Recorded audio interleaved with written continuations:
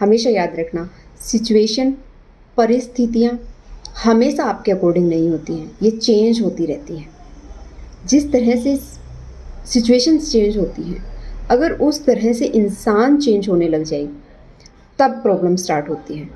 और जैसे जैसे परिस्थितियाँ तो देखिए, सिचुएशन तो आज कुछ सिचुएशन है, कल नहीं होंगी, लेकिन अगर आपने उसके लिए कुछ भी, अगर मेरे साथ भी कोई सिचुएशन है, किसी परिस्थिति में मैं हूँ, उसकी वजह से अब मैं तो परेशान हूँ क्योंकि मेरी लाइफ में सिचुएशन ऐसी आई है, क्रिटिकल सिचुएशन है, बहुत डिफ़िकल्ट टाइम है, लेकिन उसके बाद अगर मैं उस चीज़ का इफ़ेक्ट सब पे डालती हूँ, फैमिली में, क्योंकि एक बंदा परेशान है तो सब परेशान होते हैं, लेकिन क्या एक बंदा बीमार है तो क्या सब बीमार हो जाते हैं? नहीं होते।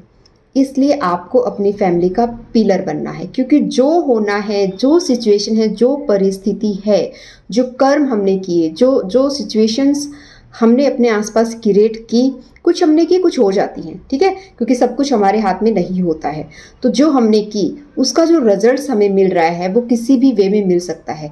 अब हर चीज़ आपके अकॉर्डिंग नहीं हो सकती है, और जब ऐसी सिचुएशन आती है तो हम क्या करते हैं, सब परेशान हो जाते हैं कि हाँ ऐसा हो गया, हाँ ऐसा हो गया, क्यों हो गया, नहीं होना चाहिए था, किसने किया, कैसे किया, अब हम ये कर देंगे, उसका ये हो जाएगा, उसका वो हो जाएगा, सो एंड सो।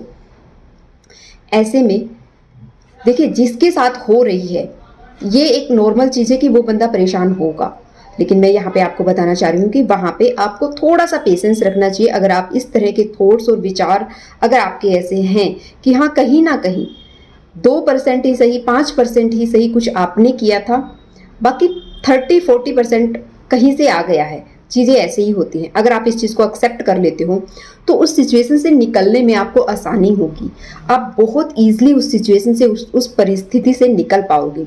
लेकिन अगर आप ये सोचोगे क्यों हुआ, मैंने तो बस इतना ही किया था, इतना क्यों हुआ, क्या अब मैं क्या गलत कर दूं, तो फिर आप आने वाले टाइम में और गलत आपके साथ हो सकता है। इस चीज़ को हम बढ़ावा दे रहे हैं। लेकिन मैं फिर आपको एक चीज़ कह रही हूँ कि जब कोई एक बीमार होता है तो बाकी बंदे बीमार नहीं हो जाते, उस एक बीमार को संभालते हैं। सेम इसी तरह से आपको भी करनी चाहिए।